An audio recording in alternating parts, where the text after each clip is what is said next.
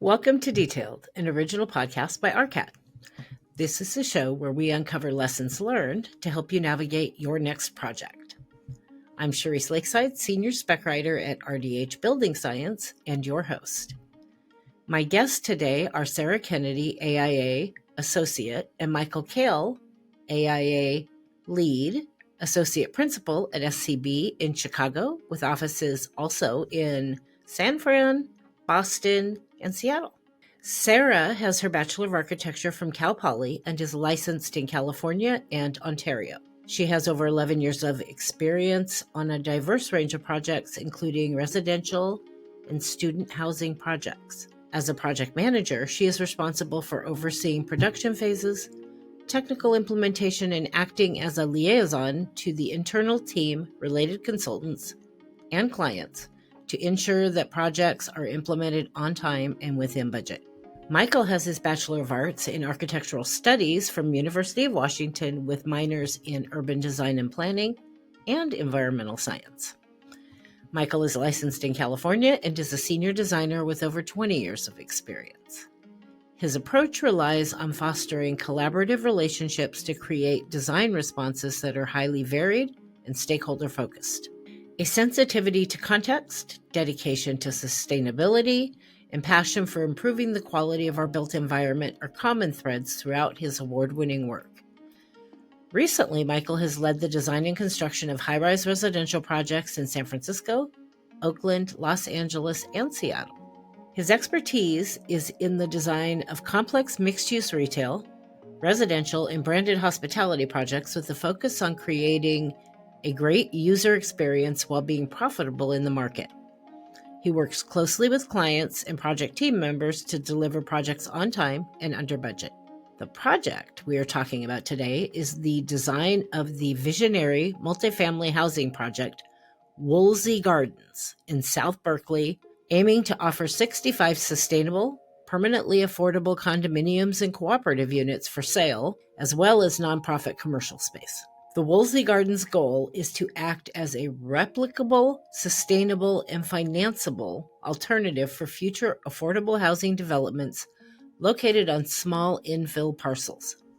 To achieve this, the project will feature 100% permanently affordable units, 100% ownership units, zero net energy sustainability, community-centered spaces, as well as mass timber construction and LEED Platinum certification. Now, let's get into the details.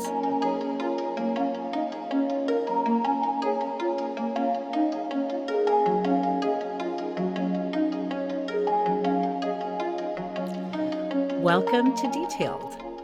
My guests today are Sarah Kennedy, Associate, and Michael Kehl, yes, just like that veggie we don't want to eat, Associate Principal at SCB, based in Chicago, with offices in San Francisco, Boston, and Seattle. And these two here are from the San Francisco office, correct? Both of you are from San Francisco? That's correct. Yes. So the project we are going to talk about today is the design of the Woolsey Gardens in South Berkeley, a visionary multifamily housing project aiming to offer 65 sustainable, permanently affordable, which I can't wait to talk about that, condominiums and cooperative units for sale and nonprofit commercial space. Sarah and Michael, welcome to Detailed. How are you today? Great. Thank you for having us. Yeah, ditto. So I typically start all of my episodes with some fun icebreaker question. And it occurred to me as I was writing your script that all these episodes I've done, I'd never once asked the architects that I'm speaking to what their favorite building was and why. And I couldn't believe that. So I decided you guys get to break in that question for my icebreaker. So the question for you is, what is your favorite building anywhere in the world? And why did you choose that building? And I know this is not an easy question. I think every architect dreads this question. But there are so many beautiful and fascinating buildings around the world throughout history.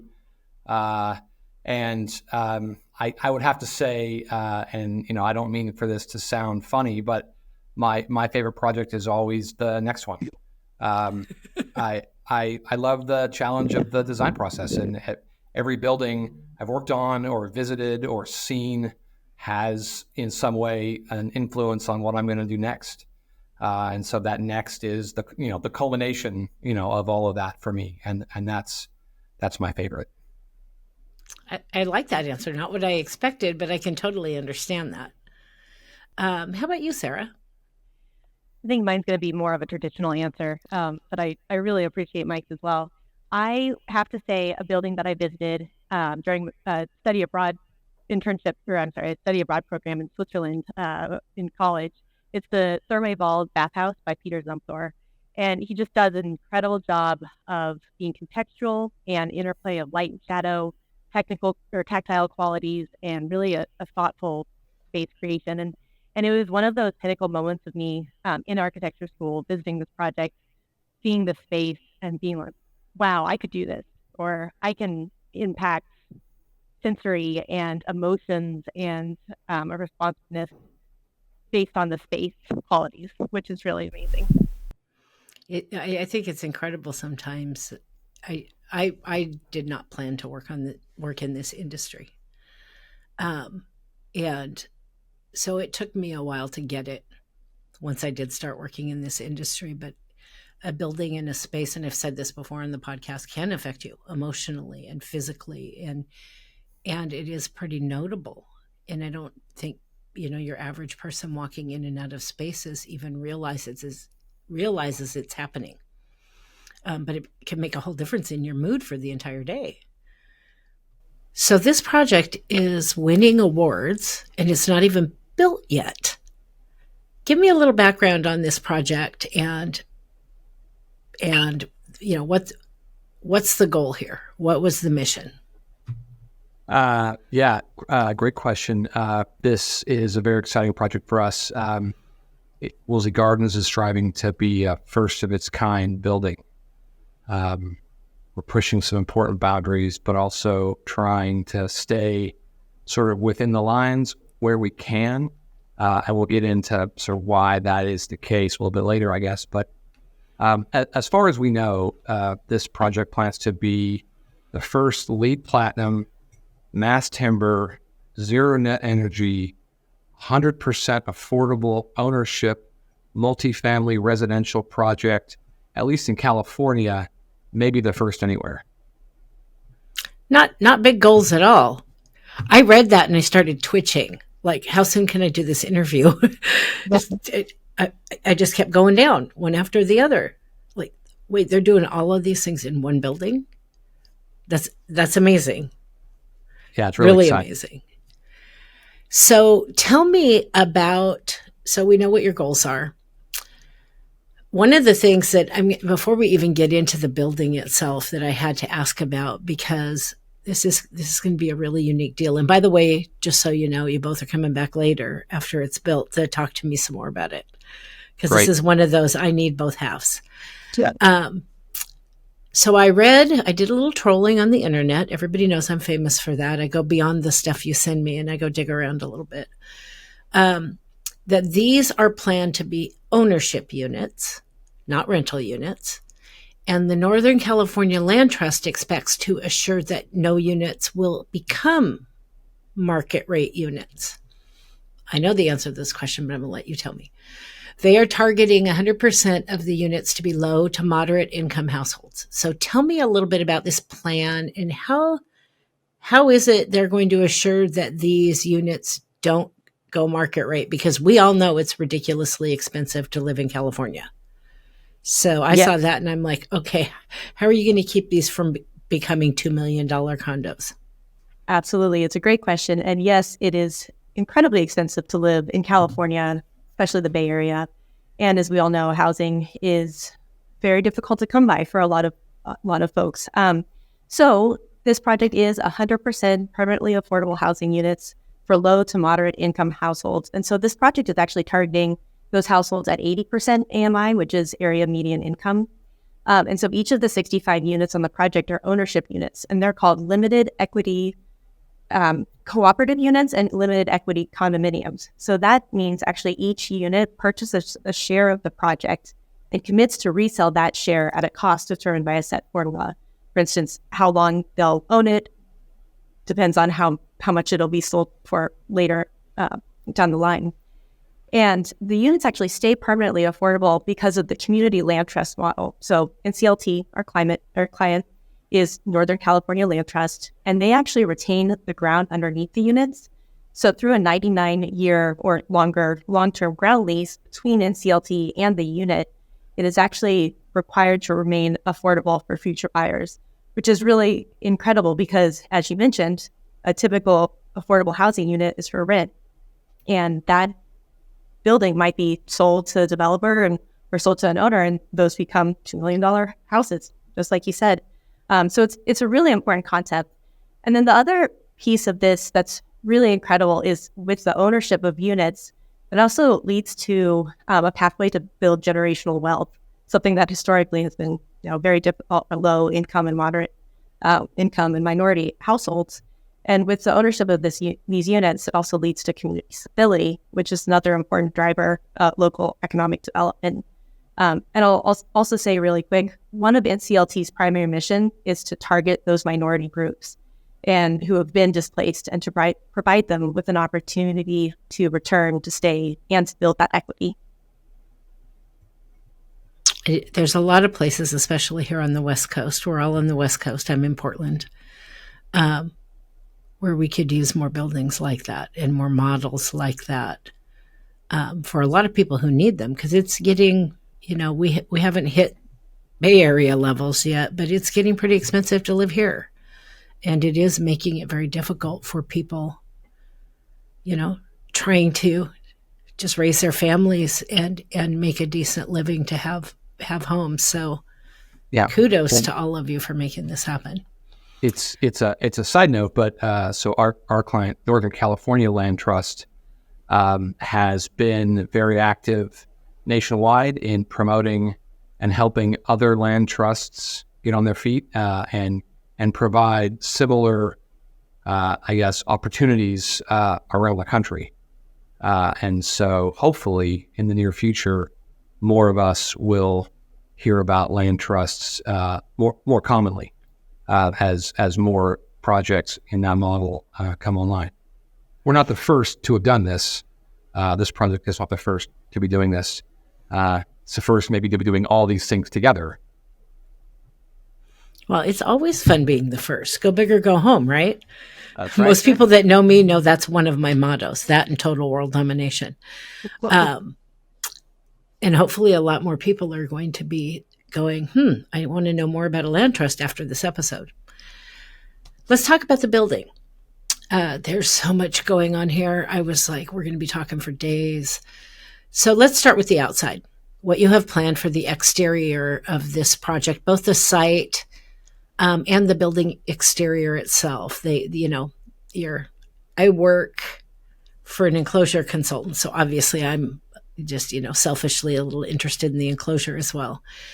So what are you planning for the exterior? Let's work our way outside in. Yes. And this is usually where a lot of architects get super excited and have, long theoretical diatribes. This one's actually pretty simple. And it goes back to some of the sort of overall goals of the project. So, and we rattled off, a bunch of big goals, but the zero net energy piece, and we'll talk about what that is later, but that's probably the number 2 thing after affordability is zero net energy for this project. And there are a lot of reasons for that, but the design of the building has to support the achievement of that goal. And all the other sustainability targets that we have are also part of this, and making the building replicable so that it's not a one-off jewel box. It provides sort of a roadmap for other projects to sort of follow, so that we're the first, but we're not the last. And so all of that comes together in the design. So on the exterior, the whole building, but we're talking about the exterior.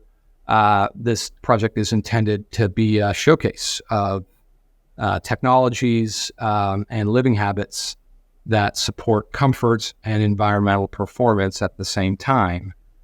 The building layout has been oriented to maximize opportunities for natural ventilation and natural lighting, and in the units and the common spaces. For the facade itself, window to wall ratios have been carefully coordinated so that we can have a great balance between optimized light and ventilation and minimizing heat gain on each individual facade. The most visually striking element is going to be the large PV array that sort of floats above the building. And obviously that's going to provide electrical power, but it also shades the upper roofs and is an advertisement. It's a billboard for solar power. Those things are the big decisions, the big early decisions that make this building be able to perform. And after that, then we start talking about extra materials and details. And we're still in the design process, but for where we are, all the materials have been calibrated to minimize embodied carbon and also maximize construction efficiency, minimize construction cost. So by keeping all the costs down, labor, time, material, all that, keeping all that down, we can better afford to pay for some of the more whiz-bang bells and whistles that help us reach the zero net energy and some of the other goals. And I know that was kind of a mouthful, but we can talk some more in more detail about some of the steps we took to choose specific materials. But it's a sort of form follows function design, and proudly so. Okay, since I know we're getting into some of these things in a further question, a little more detail, let's talk about the inside, just broadly. Talk to me a little bit about the design of the units and some of the community spaces in the building. What would I expect to see walking into this building? Well, the first thing that you'll notice is that we're using mass timber structure. And so you'll see a lot of exposed wood, which will be nice. And there will be common spaces and obviously individual units. Sarah mentioned earlier that the ownership is broken up into sort of more traditional dwelling units and then some sort of more efficient units that we're informally calling them the co-ops. The co-ops are efficiency units that are grouped around some shared common space. And so all the owners who have those, they'll have their own little efficiency unit, right? That sort of a small studio with their own bathroom and a very small kitchenette. And then there's 4 of those on a floor, 24 of them in total, and they share several sort of common living kitchen dining spaces, which have some pretty big balconies for outdoor open space. And the combination of those efficiency units and the shared common space is going to help create like a really strong sense of community. And that's where the co-op nickname comes from. And then beyond those, the balance of the units, about 40 or so of the other units, are more traditional self-contained apartments between studios, 1s and 2 beds. And they're compact. There's no doubt about it. They're as efficient as we can make them to help, keep costs down and, carbon down and all those things. But they will feel much more recognizable, much closer to a sort of a market rate unit. And those are arranged around shared corridors that are naturally ventilated. And you'll feel the passive nature of a lot of the systems in these common spaces, and you'll feel the absence of additional interior finished materials.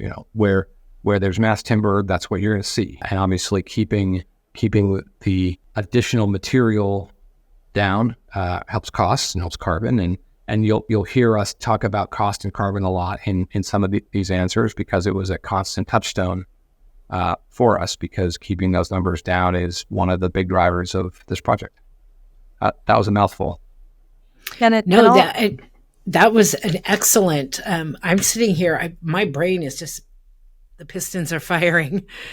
So I don't know that I have heard of somebody designing a building that has efficiency units types of spaces the way you're describing them. I mean, you hear about that at colleges, well, dorm buildings and things like that. But those are also going to be owned spaces. Yeah. Yeah, they are exactly. So we talked about this low to median income households, and I think Mike mentioned earlier that we've got the condo units that are more of the median income, and these micro units are much smaller units, and so they are actually part of their own cooperative housing. So it's kind of like a condo within a condo, or an HOA within an HOA rather. So that is very an atypical model, but it's also providing density and significantly more housing than we would have otherwise have on the project. And you mentioned like a dorm, and some people might be having horror flashbacks. The efficiency units here are they're legit dwelling units. California has specific legislation about sort of what can and can't be a unit, and sort of what you have to have in the unit and what you don't. So these all have natural light. They all have operable windows. They all have a sink and a refrigerator and a bathroom. It's not one of those ones you read about in the paper and you're like, oh, what do they do? Yeah. It's really about community interaction as well. So these 4 units on each level are really going to be a community within each other, or within itself, which is, I think, pretty fantastic. I also want to touch on the other amenity spaces for all of the residents, the co-ops, and the condo units. So we've got a very tight program with trying to put as much dense housing in as possible. And so we really tried to pack as many units as possible with limited residential amenity space. We do have a second floor terrace and then an 8th level terrace. And then for the 8th level terrace, we tried to put a bunch of different uses in the small amenity space that we do. So for instance, we've got a laundry and community area all kind of together with a co-working space together. So it's really trying to foster community interaction and provide as much flex space for community uses as possible. And then I'll also jump quickly to the stair design and focusing, in mind of energy conservation and health and well-being of the residents. The project's design encourages residents to opt for the stairs over the elevator.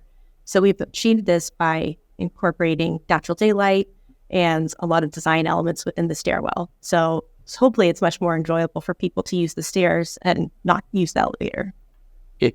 It's such a dense program, like Sarah mentioned, that we can't afford to have any single-use space that's a part-time thing, right? All of the common spaces are designed to have people in them, constantly and enjoying them, and having all the essential functions that people need, like laundry, be available, and not just in some dark basement room somewhere that So community, again, you'll hear that a bunch of times. Everything we're doing is to help sort of build a sense of community, especially because so many times the lower income housing options don't really offer that, or don't seem to. And of course, not all of them, but that's sort of a trend that you see. I have to tell you, I normally don't share stuff like this on the podcast, but this is like impacting me a little bit. But I was raised in low income housing, and I can tell you automatically what I picture that to be when anybody even says those words. And it is not this building. You talked about minimizing the interior materials, watching the costs and all of those things. I'm sorry, I'd rather walk in and see the mass timber, than a bunch of drywall or, sheetrock or whatever. I lived in a building once that was literally the walls were concrete. You could not hang anything on the walls because they were all concrete. And so I'm paying extra attention during this interview. It sounds like, and I love the co-working spaces, or not the co-working spaces, the, kind of the efficiency units in the community. I'm also thinking about younger professionals just starting out their careers fresh out of school or fresh out of a trade program or whatever, and not being able to necessarily afford a full-size apartment. And how social we are when we're young. But it sounds incredible. It really does. And I love the fact that I can feel that you are thinking about the humans that need to live here and what kind of experience that is, and having the light and, the mass timber and watching those costs so you can make it the best building it can be. So you got a fan here already. Let's talk about the sustainability for the next week. Yeah, it's a lot to get through. Yeah, there is. So the next couple of questions are going to center around sustainability. So I spent 6.5 years working in MEP after 2008. That was my little adventure for a while. So let's start with the services, the water, the heating, the cooling. Let's start with what systems are you planning to use and choose to make this a super efficient, super sustainable building? Tell me about a few of those. Well, let's start by again going back to the beginning.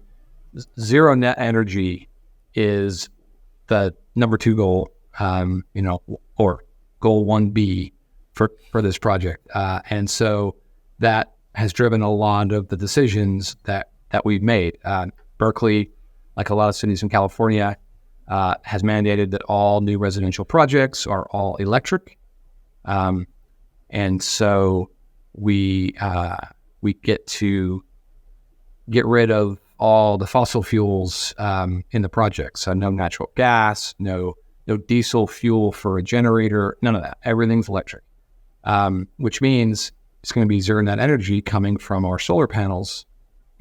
We have a finite amount of energy that we can produce. The site's only so big, number of panels, is only so many. And so our energy use metrics have been very, very rigidly, adhered to as we've been working through a bunch of these things. So all of the equipment has to be all electric. And anything that is super energy intensive, we have to find an alternative to. This is California, but it's the Bay Area. It's not Southern California where it gets, blisteringly hot. So we have an advantage there. We don't have to temper the air as much as we might in some other parts of the state or other parts of the country. So we have an advantage that we're able to, really lean into passive options. Not 100%, but a lot of it. So, we pay careful attention to building orientation for natural ventilation and natural light. We've tuned the window to wall ratio. There's shading on a lot of the windows and on the roofs. And we did all that before we started thinking about equipment. Now, talking about equipment, sorry, that was a long intro. We've been able to minimize the need for heating and cooling, and we've been able to maximize, or at least plan to maximize, internal control of each unit by the residents. We have operable windows. We have ceiling fans, all kinds of things that can localize the what's the word I want to use here? Well, it's a fancy word. I'll just say we're keeping the energy allocations within the units, so that any central system doesn't have to work very hard. So the main central system is going to be air source heat pumps, and they're going to be up on the roof, and there's going to be sort of a minimal amount of air ducting that will bring fresh, filtered, conditioned air into the units. We do have times when it does get pretty cold or pretty hot, not many. We do have times when there's wildfires and you don't want to open your window. So it's important that we have the ability to get some of that conditioned air, filtered conditioned air into the units, but it's not doing the heavy lifting of climate control. For water, we're doing lots of water efficient things, but one of the things that we're not doing that was suggested was we're not doing any sort of gray water treatment, which you often hear about in LEED Platinum buildings.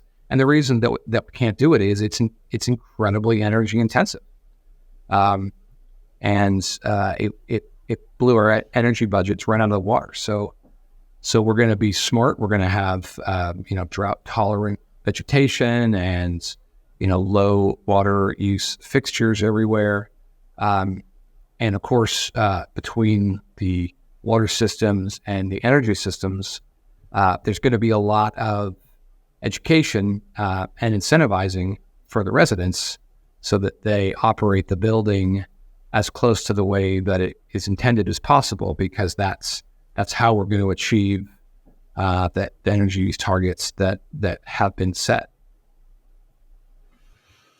I was curious a little bit in the Bay Area. You have this solar microgrid system, is what I read. I've been to San Francisco, being a West Coaster, numerous times, and you don't always have tons of sun. Sometimes it's foggy for days. Is that system producing enough energy to run this building? Enough, because you're having to go all electric now. I love my California interviews. I get to talk about the coolest stuff. So the system is able to pull enough energy still to do this building without relying on any other traditional sources, gas or anything else to help take some of that load off. It is. It's actually quite phenomenal that we can do that. We pushed and pulled with how many panels we had to have with our wonderful engineers, PAE. We had a lot of coordination back and forth of how we can extend the PV array as much as possible over the property line, actually in two of the directions that we could. And then also structurally, how much we can extend the PV array just from a cantilever perspective. So we're really maxing out the PV space on the roof. It's a huge canopy. It's really a highlight of sustainability on the building, as Mike talked about in the exterior. But I want to backtrack a little bit to what the solar microgrid system just is, and so that you hear that term a little bit. So it's really just a small scale energy system that consists of the solar panels, and then we also have batteries and other equipment that is used to generate and store the electricity. So the batteries are really taking all of the energy and storing it for when we need to use it in the future. And so that whole system essentially makes the whole building Z&E, or the zero net energy. What's really unique about this is it allows actually the building to not draw from the grid at all during peak demand hours. So that's 4 to 9 p.m. daily. And it's actually sized for renewable driven backup powers. So we've got these 3 tiers of energy loads. And you can think of tier 1 as like your emergency loads, like egress lighting. And they will actually, those critical loads will always be able to be provided even in the event of a grid outage, such as a severe wildfire, which unfortunately is quite a reality nowadays. So that is kind of this notion of resiliency also tied to the solar microgrid. It's pretty amazing when you think about it. That is pretty amazing. And we're not, it's not like this project is not connected to the grid. Right. It is. So that sometimes these terms can be misleading. It's zero net energy on an annual basis. So on a foggy day, this project is drawing from the grid, even though we're in Berkeley, not San Francisco, so the weather's a little bit better. But over the course of the year, the panels will have generated enough to make up for any power that we've taken from the grid. And when the sun's shining, we'll get back to the grid. Except of course for the times when we're not allowed to draw, the 4 to 9 p.m., which of course is when you want to avoid having to fire up that extra coal power plant because everybody's coming home and turning on their TVs and ovens. So zero net energy annual. So it should be ZNEA. Yeah. Yeah, and there's an extensive amount of analysis of winter months we're not going to get as much energy. Summer months we're going to get a lot more. And so exactly that balance of the over the year annual consumption and production. I'm sorry, but zero net is zero net. At the end of the day, it's zero. And that's what matters, you know, and anywhere we can do that. It doesn't have to be on a daily basis. If at the end of the day you're even, it's a win for me as far as I'm concerned. Did you do anything specific with your enclosure design to make sure your building was super tight, that it wasn't leaking heat where you don't want it to leak heat, or letting cold in where you don't want it to let cold in? We will. Okay. In the plan design. Yeah. Absolutely. So the nickname that we've given the environmental systems is passive house like.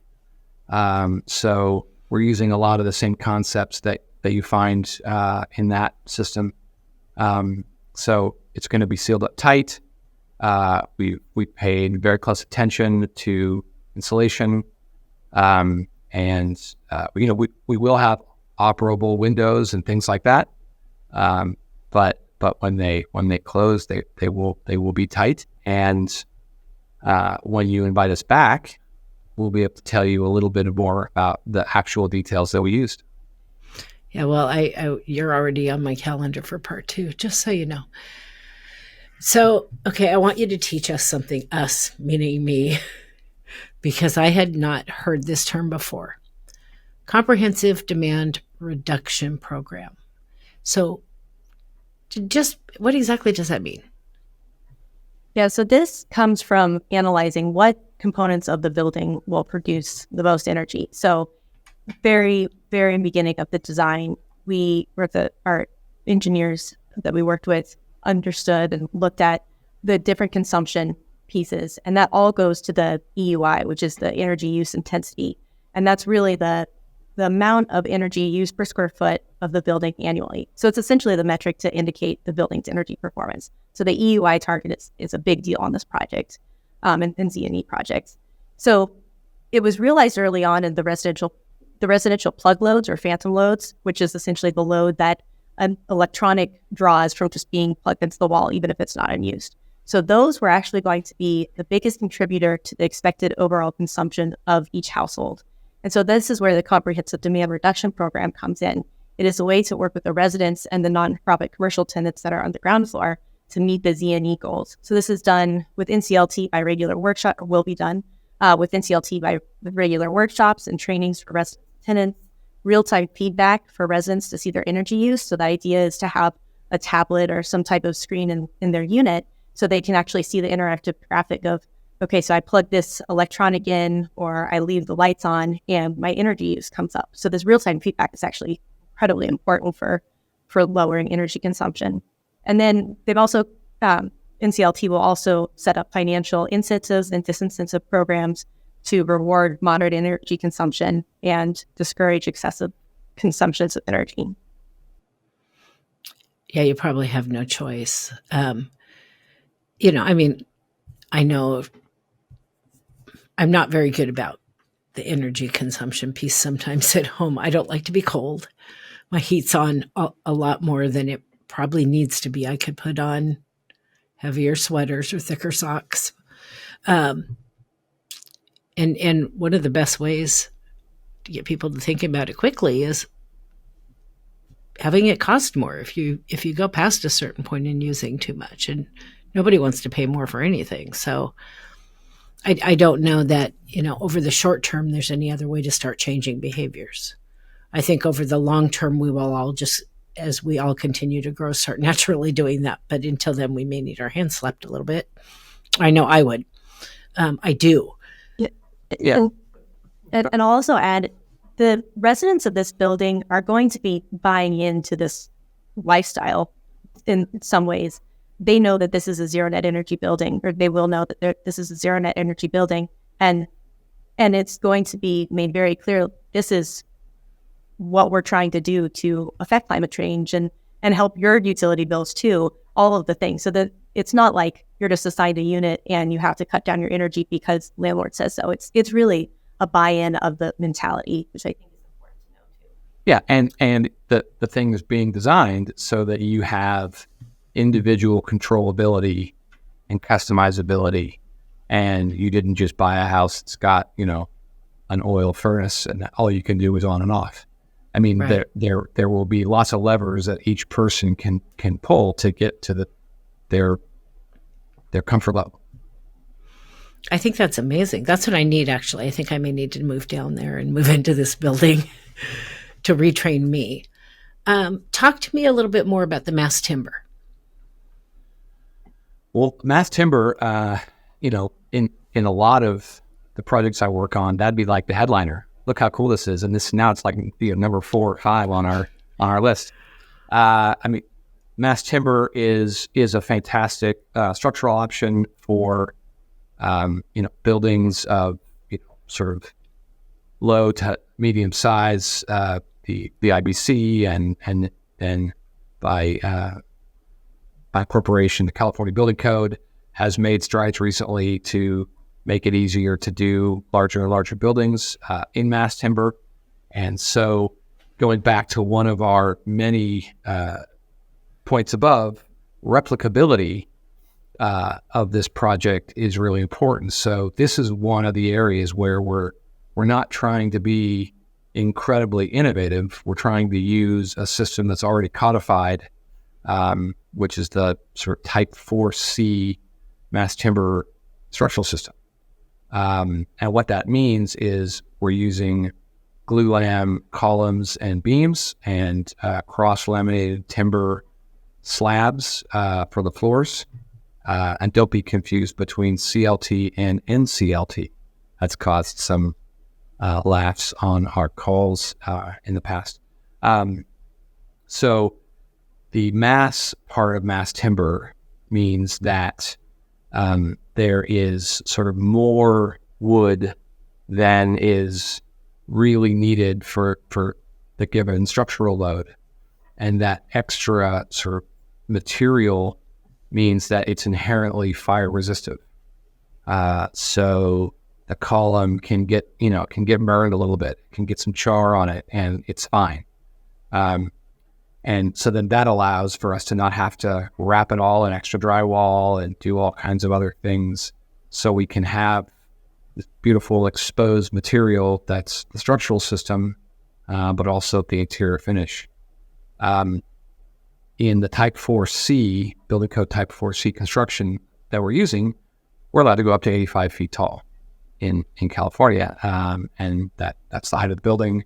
It's a very convenient building height because it allows us to be just below the trigger for high rise, which obviously comes with a lot more expense and would really cause a lot of problems for our energy use and all kinds of other things because there's more things you have to do in high rise. So it's pretty convenient.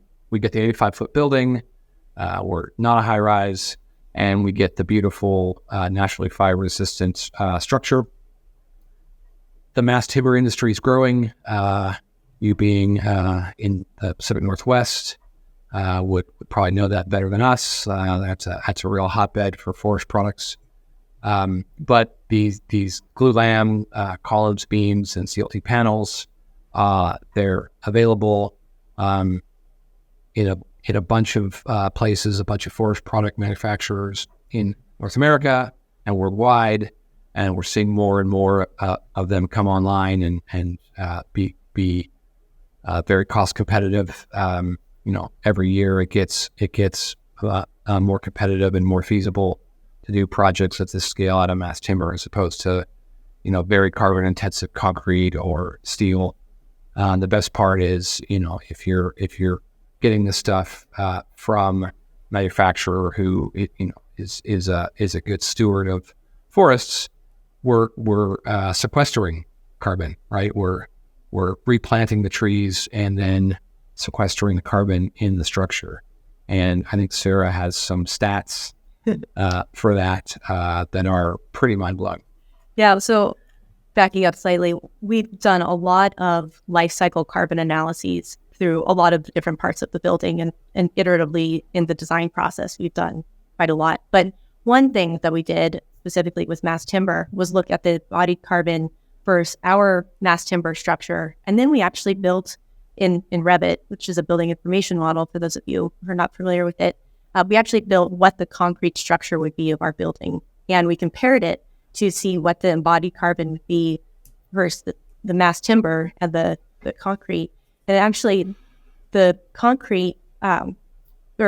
mass timber provided a 32% reduction in global warming potential from the timber structure compared to the baseline of concrete structure, which is pretty significant. And as Mike mentioned, in addition to reducing carbon emissions, the use of mass timber products also contributes to carbon sequestration, carbon storage. So the Woolsey Garden project is actually expected to store nearly 810 tons of carbon over the building's lifespan. So for those of you who are not engineers and know what that means, it's actually the amount that is equivalent to the emissions of 102 homes' energy use for an entire year. So that's quite significant. Wow, that's a lot. Yeah, we have a lot of, we actually, I'm in CSI up here, and we have a project tour. Our first one in 2024 was another interview on the podcast, the Mississippi Studio. It's an architecture firm that designed and were GCs on their own building, and they pretty much did almost everything that could possibly be done in the building in mass timber or wood. I mean, it's. I can't wait to see it because it was a pretty interesting interview. There's a lot of it going on, and I'm glad to see more and more. I'm glad to see that it's becoming. I'm writing spec sections around it now, which is not something I've done historically, obviously, in my career. I'm glad to see it becoming more affordable, because that was one of the things kind of nobody really knew exactly what to do with it. And, costs were higher because of that. Now it's becoming, I'm hearing, it's becoming the norm very quickly, which is a good thing. It's a great technology. And like any construction system, you just have to know how to use it the way it wants to be used. You have to plan things around that system. But once you do, it becomes, pretty feasible. Yeah. And also the upfront cost, it's certainly still higher, but it also saves a ton of time on the back end of the construction timing.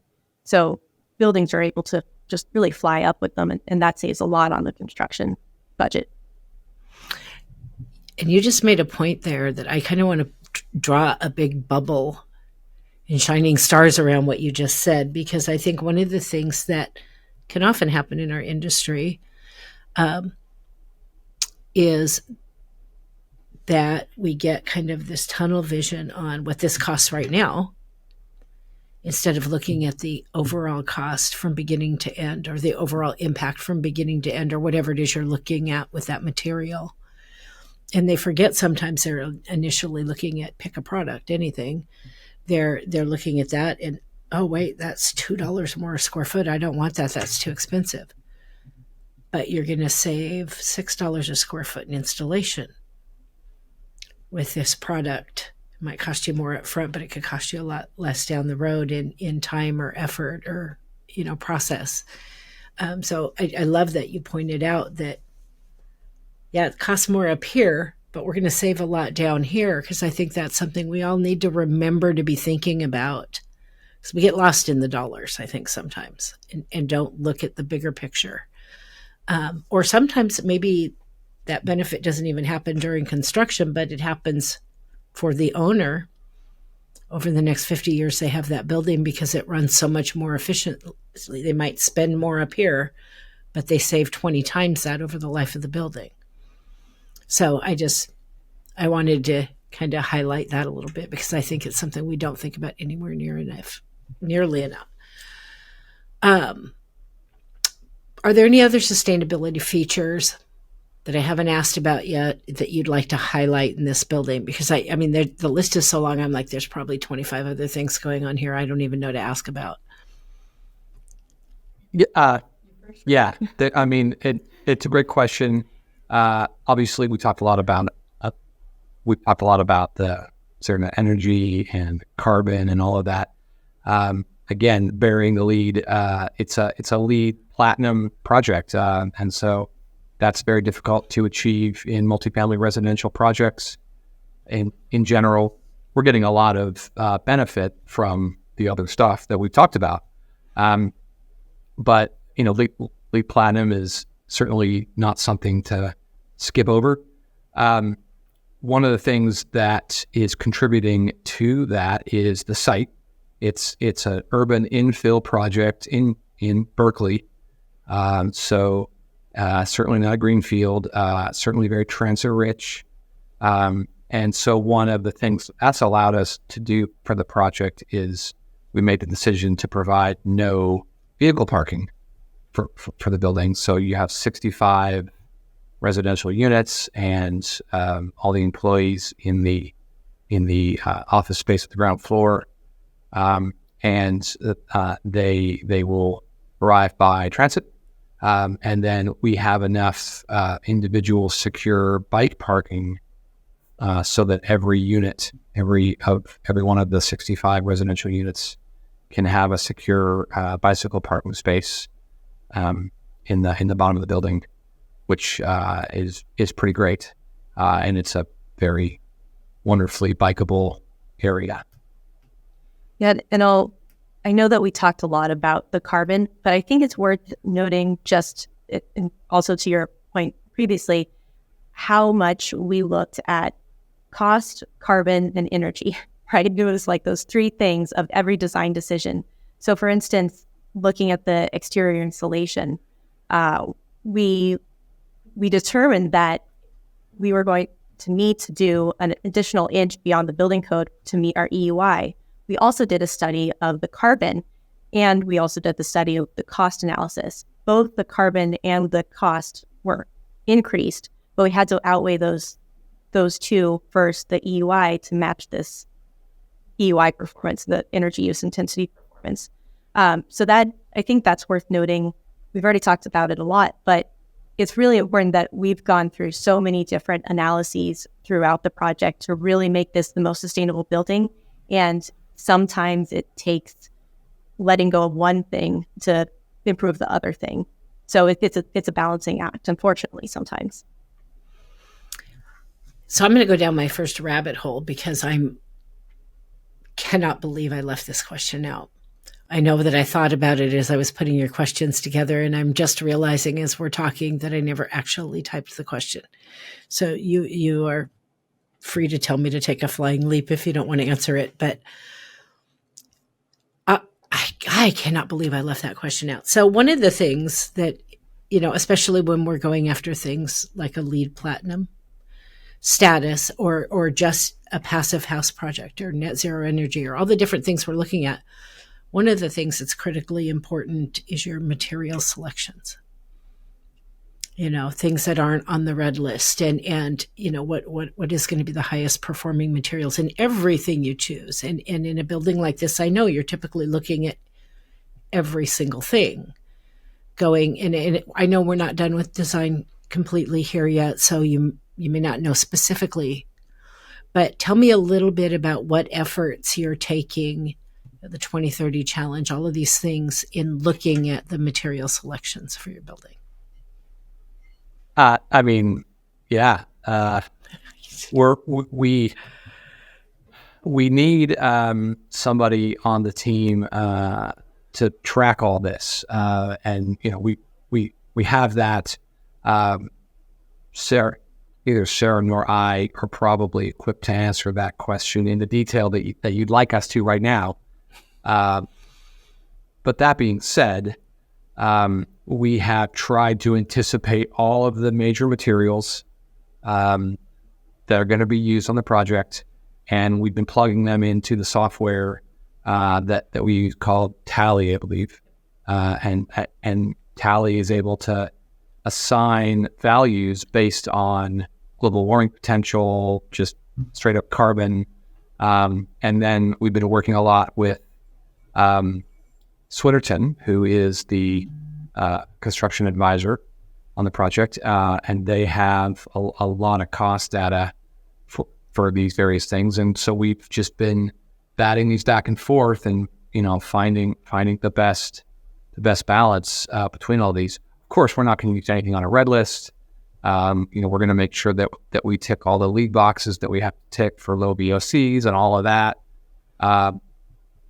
We don't have a final list of materials. That's okay. That answer alone was worth asking the question, because there's some valuable impact there. I've never heard of that software. So there's a nice little nugget of information right there. And working with your contractors who work with these things every day and actually build them. I mean, they have more input you can get input from a manufacturer on how healthy a material is.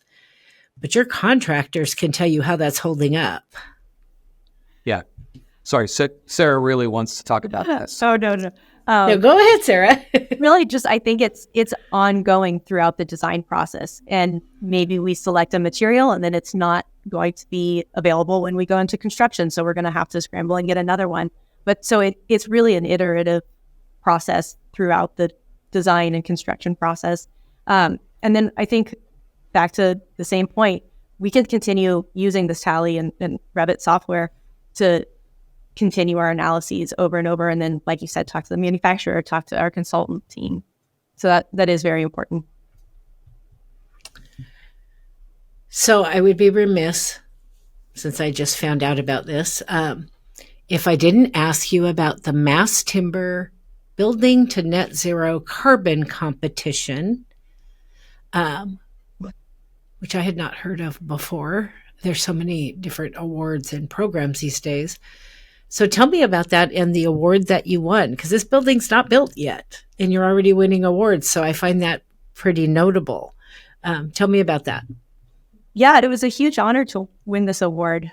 So the Woolsey Gardens project was one of 5 selected winners of the competition. The competition is funded by the Softwood Lumber Board and the USDA Forest Services. And it's really all about showcasing and expanding the use of mass timber in the United States. So with the sense of replicability, we hope to use this award as well as hopefully lots of others to showcase how the project can be truly replicable. Well, congratulations on that. I believe that our most valuable lessons learned throughout our career come from the challenges that we face on a project. I think the minute somebody says they're an expert or they don't have any more lessons to learn, they need to either retire or get out of this business, because I've never had a project that didn't teach me something. So far in this process on this project, maybe each of you could share one major lesson you've learned from your journey on this project that you will take to the next one that you do like this. Well, in my opinion, patience. This project has a lot of stuff going on. We've been over that. Each of the big headline things that we're doing is complicated, but not that insurmountable. Doing all of them together in what we're calling a first of its kind project is like, that's its own challenge, because there are so many stakeholders involved. We have the future residents to think about. We have the developer and their needs. We have tenants, commercial tenants that are going to be sort of like-minded, mission-oriented, community focus groups. We have the city of Berkeley and the building department, the fire department, and public works, and all of these stakeholders that all have to buy in and help us bring this project to fruition. Now, all of these groups, they all think it's a great project. They all want it to happen, but they all have their own mandates and priorities and perspectives, and so sometimes progress can feel very slow in getting everybody on the same page. Not because they don't want to be on the same page, but it's a challenge, and it more so than in some of our past projects that maybe didn't have as many of these things happening all at once.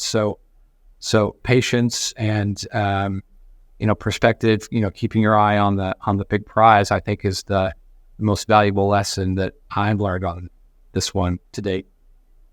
I couldn't agree more. I would also add to that, utilizing your resources. We've got an incredible consultant team who are so knowledgeable, and as architects, we need to know a little bit about everything. And so finding all of the consultants that know all of the amazing knowledge with these types of buildings and coming together and doing all of it in one building, there's a lot of people who need to contribute to the conversation. So realizing that and utilizing and communicating, I think, is such a good lesson to remember. I'm sure your consultants and engineers will appreciate getting a shout out. People see a finished building, and I see this all the time, like architectural record or something like that. You're looking at this building, they'll list the architect, and they don't list any of the other people. And I've worked in MEP and now in building science most of my career in architecture, but the architect didn't do the building alone. We all know that. So they appreciate getting and PAE I actually taught a class at PAE a few years ago. They'll appreciate the shout out from you for that, because it's true. And as far as a patience thing goes, I did public work for 22 years.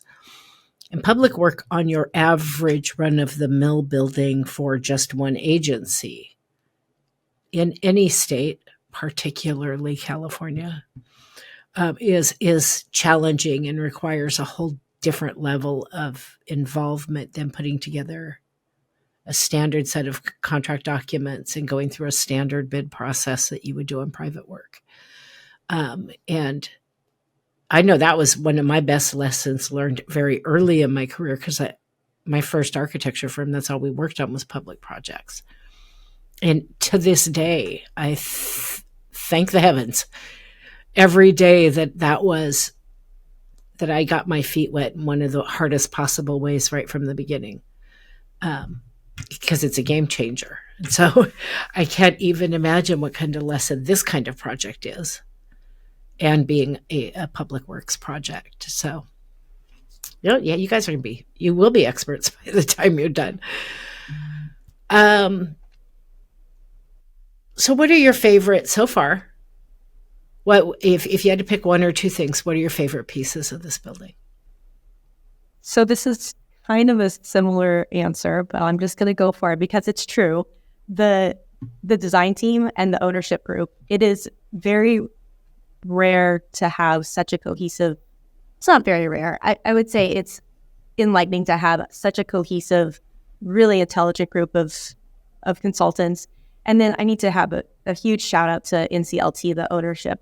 They are really visionary. And this kind of project doesn't exist without an incredibly visionary and hardworking group of owners. So I think the design team and the owner team has to be my favorite part of this. And obviously as a project manager, that's who I'm working with every day.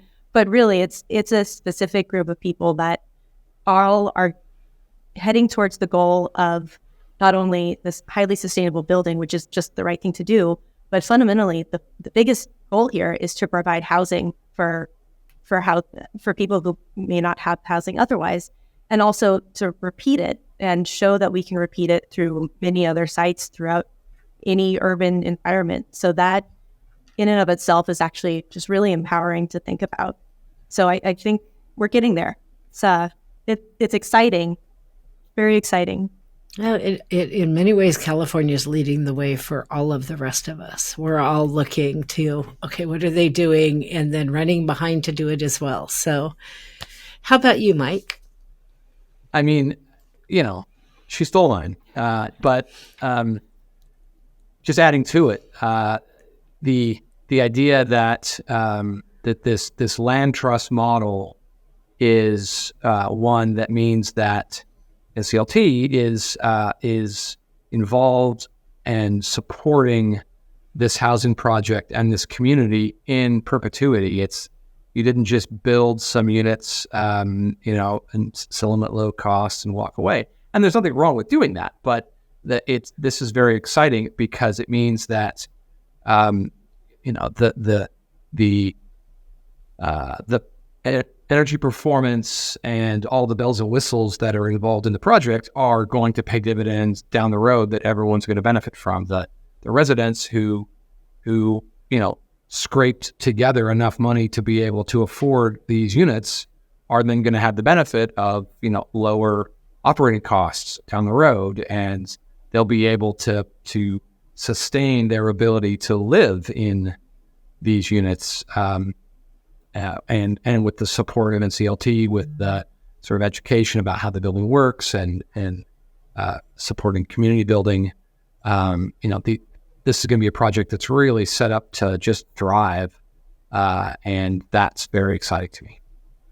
There's a different level of commitment, right? When you don't walk away after it's built, when you're still there. And there's a level of community that comes with that as well.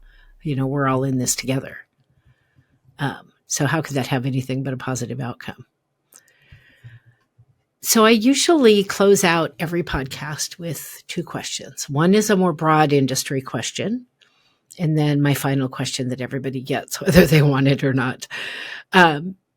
So looking back on your process and solutions on this project so far, what advice would you give to someone who was taking on the design of a project with this level of, dare I say, craziness going on, with this level of sustainability features to help them get off on a good foot if they've never done anything like this before? Because you're doing a first of, pretty much, that we're aware of. I have never seen anything like this before. So I come to you and say I'm another architecture firm. What, maybe top 3 things or something, what would you tell me to help me not maybe have to learn as many things as you did right out of the gate? Well, how about we say we'll give you an answer now, and then you ask us this question again next time when it's done. Will. Okay. Well, I would say for the first part, sometimes architects have a hard time listening to other people's ideas on design. Listen to your consultants. They know their piece, and you're not going to achieve your goals unless you let them, give you targets. Make sure that you're not just giving lip service to that. Of course, not that any architect would do that, but right. Listen to your consultants. Right. Have patience, and enjoy the process. It can feel like you're Sisyphus sometimes, but embrace that and look forward to the achieving the goal. That's what I'd say. Great advice.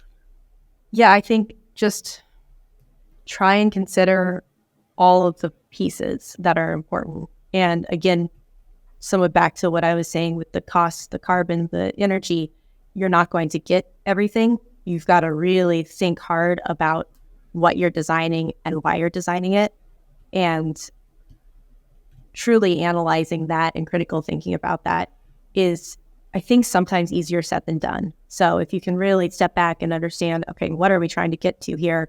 Yes, this might be something that we want, but we can't achieve it because we want something else. It's a hard lesson to learn, but I think that would be a good piece of advice to give starting out. That's great advice, because I'm sure there's at the end of the day, every project has a budget you have to live within. And, having to critically, you got this thing that would look really great, but this thing's going to provide so much more value or efficiency to the project. Part of life, right? Making the hard choices, but knowing in advance you have to do that will be really helpful to people. Final question. Total world domination statement. So my motto leads somewhere. As individuals, we all I hope, that we leave some kind of contribution just by being here. We make some kind of impact on our environment, whether it's on our block or in our state or on our planet, wherever that is. I jokingly call my mission my personal world domination statement, meaning how am I personally going to do the most I can for the world I'm surrounded by, that I can actually reach. I don't mean the whole planet, although you can totally go for that. So my question for you is, how do you hope to make a difference or impact on our world? What's your world domination statement? Me start? Sure. All right.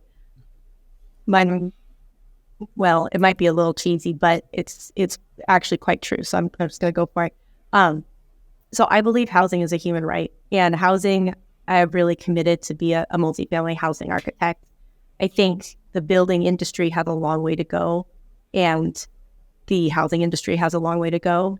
But projects like this, and hopefully a lot of other future projects, being sustainable and mindful and inclusive of communities, is the most beneficial thing that I have been able to dedicate my career to. And so if I can build this project and hopefully build more and provide units for people who need them and houses for people who need them over their head, and contribute to sustainability, then I will feel like I gave something back.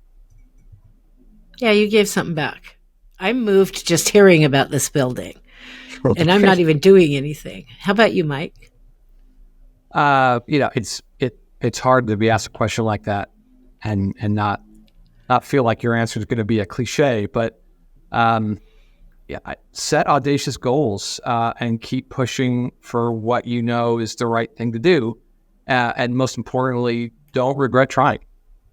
You're not going to win them all. You're not going to get every performance target or accolade, but don't regret that you tried. What's the saying? You miss all of the shots you don't take. That's right. I love that answer. I love it. Mike and Sarah, thank you so much. I cannot wait for when is the building supposed to be done?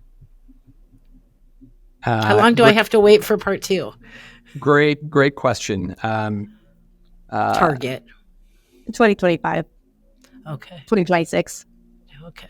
I know where to find you. Jeff. Yeah. Thank you so much for joining me today. This project is fantastic. I can't wait to see where it goes and how it all works out. And hopefully we see a whole bunch of people coming right behind you and building. I know we could use something like that here.